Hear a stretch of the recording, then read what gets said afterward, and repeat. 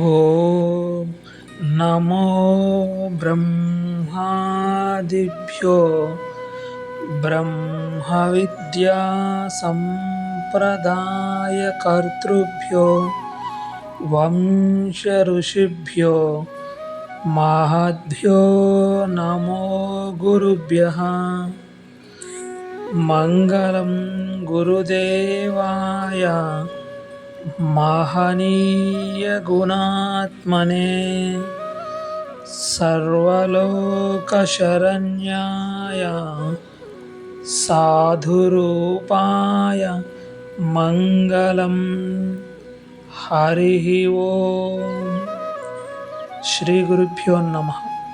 కూజంతం రామరామేతి మధురం మధురాక్షరం ఆరుహ్య కవితా శాఖాం వందే వాల్మీకి కోకిలం. బ్రహ్మ మానస సంభూతం బ్రహ్మ బోధన తత్పరం యోగివర్యం ఋషిశ్రేష్టం వశిష్టం సద్గురుం భజే. హరి ఓం. మనం గత 2 భాగాలలో దేహం గురించి ఇంద్రియాల గురించి ప్రస్తావన చేసుకున్నామండి. వ్యాసుడు ఈ దేహం నువ్వు కాదు, ఈ ఇంద్రియాలు నువ్వు కాదు అని నిర్ణయం చేసి ఉన్నారు. దేహము జడము, అలాగే ఇంద్రియాలు కూడా జడం. జడానికి ఎక్కడైనా సంసారం ఉంటుందా? రాతి ముక్క సుఖ దుఃఖాలను అనుభవిస్తుందా? రాయికి సంసారం ఉంటుందా అన్న విషయాలను ప్రస్తావన చేసి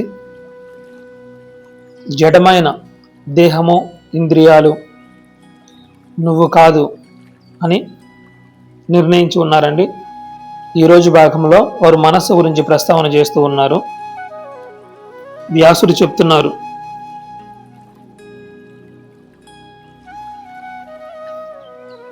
సుఖ మహర్షి ప్రశ్న వేస్తున్నారండి. అన్నింటికన్నా ముఖ్యమైన ఇంద్రియం మనస్సు. మీరు దానిని వదిలేసి 10 ఇంద్రియాలని లెక్క పెడుతున్నారు. ఆ మనస్సు వల్లే మిగిలిన ఇంద్రియాలు పనిచేస్తూ ఉన్నాయి. ఇంద్రియాలలో కనిపించే చైతన్యం ఆ మనస్సుదే. దాన్ని వదిలేశారేమిటి అని సుకుడు ప్రశ్నిస్తున్నారండి. దానికి వ్యాస మహర్షి సమాధానం చెప్తున్నారు.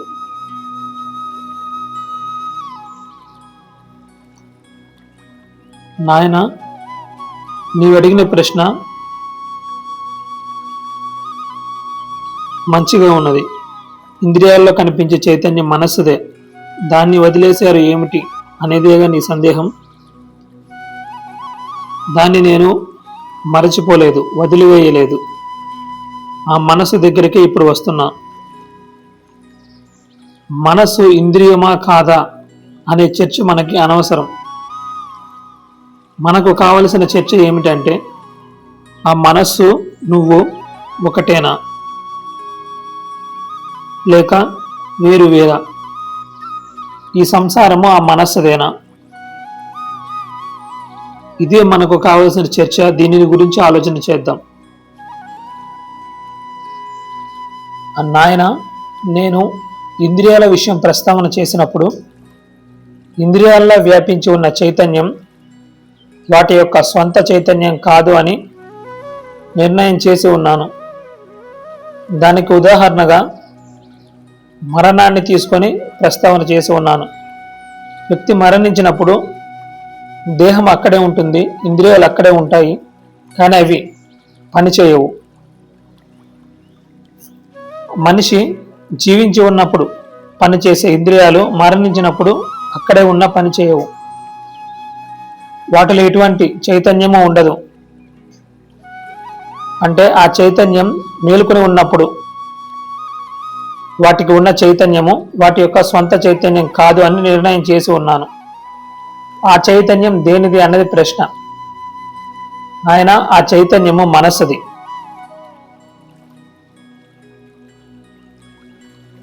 మనస్సు వలననే మనకి ఈ ప్రపంచంలో ఉన్న విషయాలు తెలియబడుతూ ఉన్నాయి. మనస్సు కనుక పని చేయకపోతే మనకి ప్రపంచంలో ఉన్న విషయాలు తెలియబడవు. ఈ మనస్సే ఆ ఇంద్రియాల్లో వ్యాపించి ప్రపంచంలో ఉన్న శబ్ద స్పర్శ రూపరసగంధాలను తెలుసుకుంటూ ఉన్నది. అందుకే మనస్సు పనిచేయనప్పుడు మనకి ఎటువంటి ప్రపంచ అనుభవం కలగటం లేదు.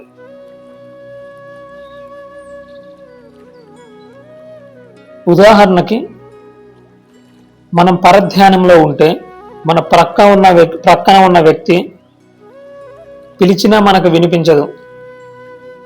మనకి బాగా పరిచయం ఉన్న వ్యక్తి మన ఎదురుగా వెళ్ళినా కానీ మనకి కనిపించదు.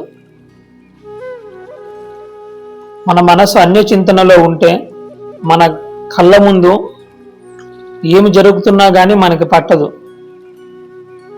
ఎందుకంటే మన దృష్టి అన్య చింతనలో ఉన్నది, వేరే విషయాన్ని చింతన చేస్తూ ఉన్నది. అది ఎదురుగా ఉన్న విషయాల మీద ప్రసరించటం లేదు. ఆ మనస్సు ఏ విషయాల మీద అయితే ప్రసరిస్తుందో ఆ విషయాలకు సంబంధించిన జ్ఞానమే కలుగుతుంది. మనస్సు ఆ విషయాల మీద ప్రసరించకపోతే ఆ విషయ జ్ఞానం మనకి కలగదు.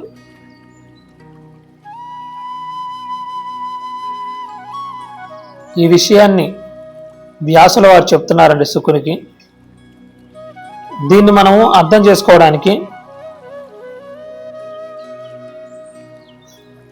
ఒక ఉదాహరణ చెప్తానండి.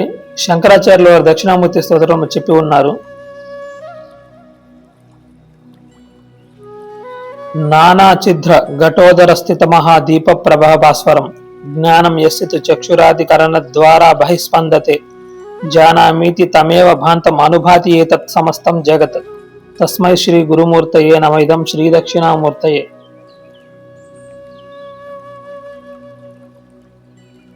ఒక చీకటి గదిలో అనేక రంధ్రాలు ఉన్న ఒక కుండని బోర్లించి ఆ కుండ లోపల ఒక దీపాన్ని గనక ఉంచినట్లయితే ఆ దీపపు కాంతి అనేక రంధ్రముల గుండా ఆ కాంతి కిరణాలు బాహ్యానికి ప్రసరిస్తూ ఉంటాయి కదండి. ఆ కిరణాలు బాహ్యానికి ప్రసరించి ఆ గదిలో ఉన్న ఏ వస్తువుల మీద అయితే పడుతున్నాయో ఆయా వస్తువులు ప్రకాశిస్తున్నాయి, ఆయా వస్తువులు తెలియబడుతూ ఉన్నాయి.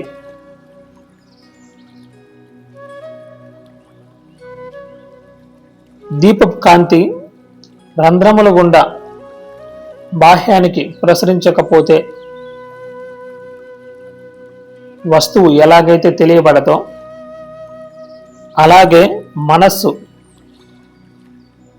ఈ ఇంద్రియాలే రంధ్రాలండి, ఈ దేహమే ఘటము కుండ. ఈ ఇంద్రియాల గుండా బాహ్యానికి ప్రసరించకపోతే ప్రపంచపు ఉనికి కూడా తెలియదు. ప్రపంచంలో ఉన్న ఎటువంటి విషయాలు మనకి అనుభవానికి అందవు. మనం అన్ని చింతనలో ఉంటే మన మనస్సు అందుకే మన కంటి ముందు ఉన్న ఏ విషయాన్ని గ్రహించదు. ఎందుకంటే అది వేరే దాన్ని ప్రకాశింపజేస్తూ ఉన్నది. మనస్సు వేరే దాని మీద లగ్నమై ఉన్నది.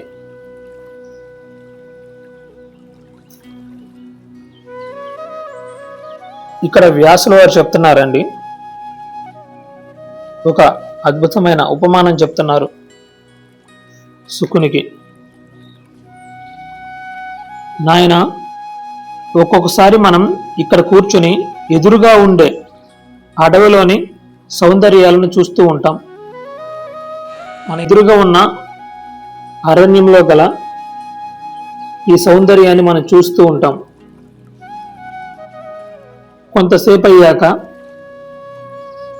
ప్రక్క మునివాడలోని మహర్షి వచ్చి చప్పట్లు కొడుతూ, ఏమిటయ్యా కళ్ళు తెరుచుకునే ఉన్నావు, చూస్తూనే ఉన్నావు, పలకరించవు, నేను పలకరించినా పలుకవు, ఏమైంది నీకు అని అడుగుతాడు. అప్పుడు మనం ఏం చెప్తాము? మనం ఏమి అంటున్నాము? అప్పుడు అయ్యా మహర్షి, ఏమీ అనుకోకండి, నా మనస్సు ఎటో పోయింది, అందుచేత నేను మిమ్మల్ని చూడలేకపోయాను, క్షమించండి అంటాం. దీనిని బట్టి మనకి ఏం తెలుస్తోంది? ఈ మనస్సు ఇప్పటి వరకు ఎటో పోయిందని, ఇప్పుడు ఆ మనస్సు చప్పట్ల వల్ల వెనుకకు తిరిగి వచ్చిందని నీకు తెలుస్తోంది, అంతే కదా నాయనా? పక్షి యొక్క రాకపోకలను తెలుసుకున్నట్లుగా నువ్వు నీ మనసు యొక్క రాకపోకలను తెలుసుకుంటూ ఉన్నావు. అంటే నువ్వు వేరు, నీ మనస్సు వేరు అని నిరూపణ అయినట్లు కాదా?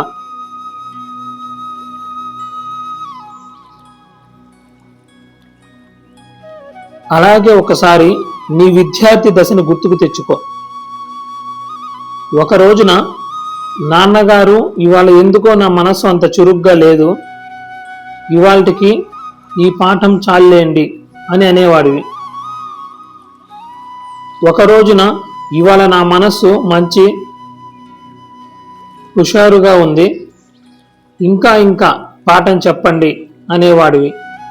అంటే మనసు యొక్క స్వస్థతను, అస్వస్థతను నువ్వు తెలుసుకుంటున్నావని అర్థమవుతోంది కదా నాయన? నీవు నీ మనసు యొక్క రాకపోకలను తెలుసుకుంటూ ఉన్నావు. మనసు యొక్క స్వస్థత, అస్వస్థతలను కూడా నీవు తెలుసుకుంటున్నావు. అంటే ఎదురుగుండా ఉన్న చెట్టును చూసినట్లే నీవు నీ మనస్సును కూడా చూడగలుగుతున్నావు.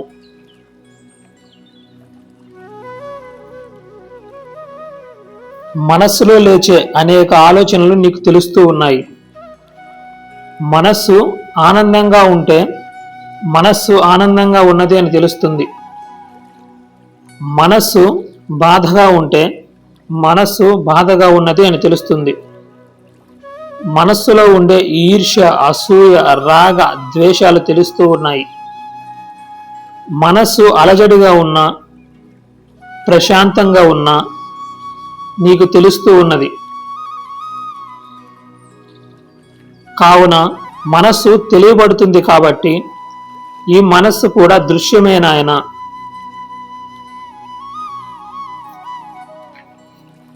ఎలాగైతే నీ ఎదురుగా ఉన్న చెట్టు నీకు దృశ్యమవుతుందో అలాగే నీ దేహము నీకు దృశ్యమవుతుందో, తెలియబడే ఇంద్రియాలు నీకు దృశ్యాలవుతాయో అలాగే తెలియబడే ఈ మనస్సు కూడా దృశ్యమే అవుతున్నది. దృశ్యాన్ని చూసే దృక్కు దృశ్యం కన్నా వేరుగా ఉండి దృశ్యాన్ని చూస్తూ ఉంటాడు కదా నాయన?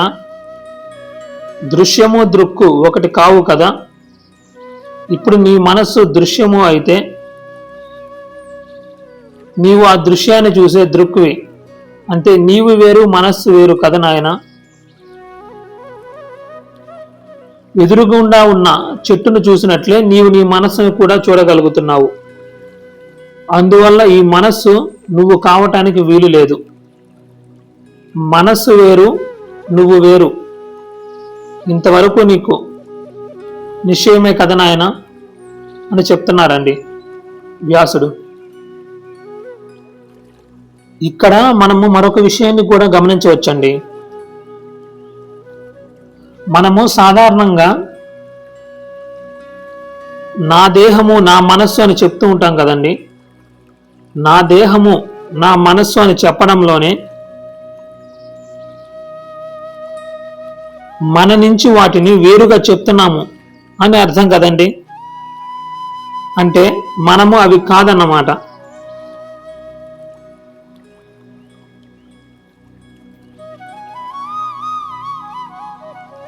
అలాగే సాధారణంగా మనం వాడే పదం ఒకటి ఉన్నదండి. ఇది ప్రతి ఒక్కరూ ఉపయోగించే పదమే. ఏమిటంటే నా మనసు ఏమీ బాగాలేదు, నా మనసు ఏం బాగలేదు అని అంటూ ఉంటాం కదండి. నా మనసు ఏమి బాగాలేదు అంటున్నాము అంటే నా అని చెప్పడంలోనే వాటి నుంచి నువ్వు వేరు అని అర్థం కదండి. ఎలాగైతే ఇది నా పుస్తకము అని చెప్పినప్పుడు పుస్తకం వేరు నువ్వు వేరును, నా మనస్సు బాగాలేదు అని చెప్పినప్పుడు నువ్వు వేరు మనస్సు వేరు కదండి. అదే విషయాన్ని ఇక్కడ వ్యాసుల వారు చెప్పి ఉన్నారండి. ఇక వ్యాసుల వారు చెప్తున్నారండి, నాయన నువ్వు ఏమంటున్నావు, మనసు యొక్క చైతన్యం ఇంద్రియాల్లో వ్యాపించి ఉంది అని అంటున్నావు కదా. ఈ మనసు యొక్క చైతన్యం ఇంద్రియాల్లో వ్యాపించడం వలననే కన్ను చూడగలుగుతోంది, చెవి వినగలుగుతోంది, చర్మం స్పర్శను తెలుసుకోగలుగుతుంది, ముక్కు వాసనను తెలుసుకోగలుగుతుంది, నాలుక రుచిని తెలుసుకోగలుగుతుంది. ఈ మనస్సు ఉండడం వల్లనే ఇవన్నీ తెలియబడుతూ ఉన్నాయి. కనుక ఇంద్రియాల ద్వారా ఈ ప్రపంచాన్ని జీవుడు అనుభవిస్తున్నాడు అంటే ఆ ఇంద్రియాల్లో ఉన్న ఆ చైతన్యం ఈ మనస్సుదే.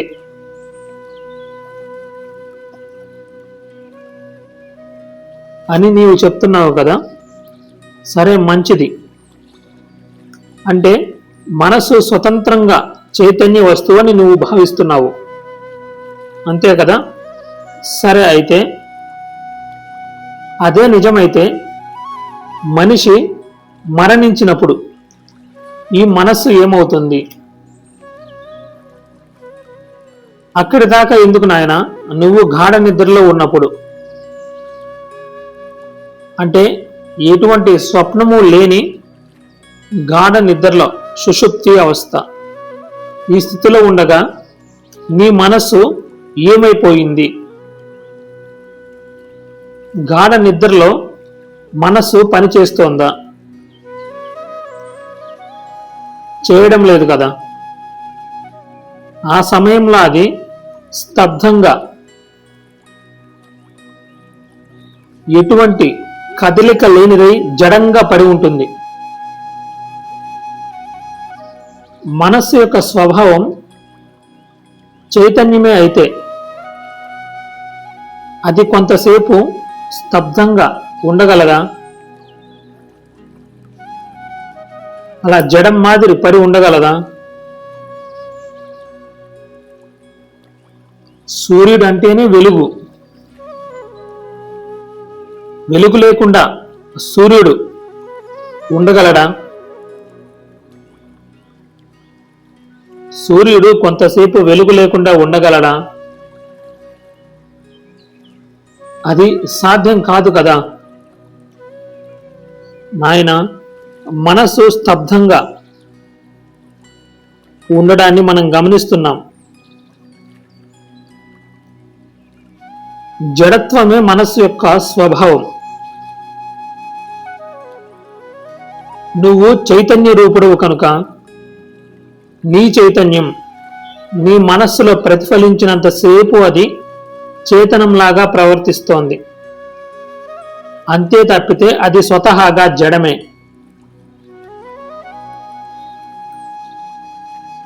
నీ చైతన్యం ఆ మనస్సు యందు ప్రతిఫలించడం ద్వారా ఆ మనస్సు చేతనంలాగా ప్రవర్తిస్తోంది అని చెప్తున్నారండి. ఈ విధంగా మనస్సు నీకంటే భిన్నమని, అది జడమని తేలిపోయింది కదా. జడ పదార్థానికి సంసారం ఉండగలదా? రాతికి సంసారం ఉంటుందా? కనుక ఈ సంసారం అనేది దేహానికి కాదు, ఇంద్రియాలకి కాదు, మనస్సుకి కాదు నాయన. ఈ విషయాన్ని నీవు స్పష్టంగా గ్రహించు అని చెప్తూ ముగిస్తున్నారండి. మిగతా విషయాలు తర్వాతి భాగంలో తెలుసుకుందాము. హరి ఓం. ఓం సర్వే జనా సుఖినో భవంతు, సమస్త సన్మంగళాని సంతు, అసతో మా సద్గమయ, తమసో మా జ్యోతిర్గమయ, మృత్యోర్మా అమృతంగమయ.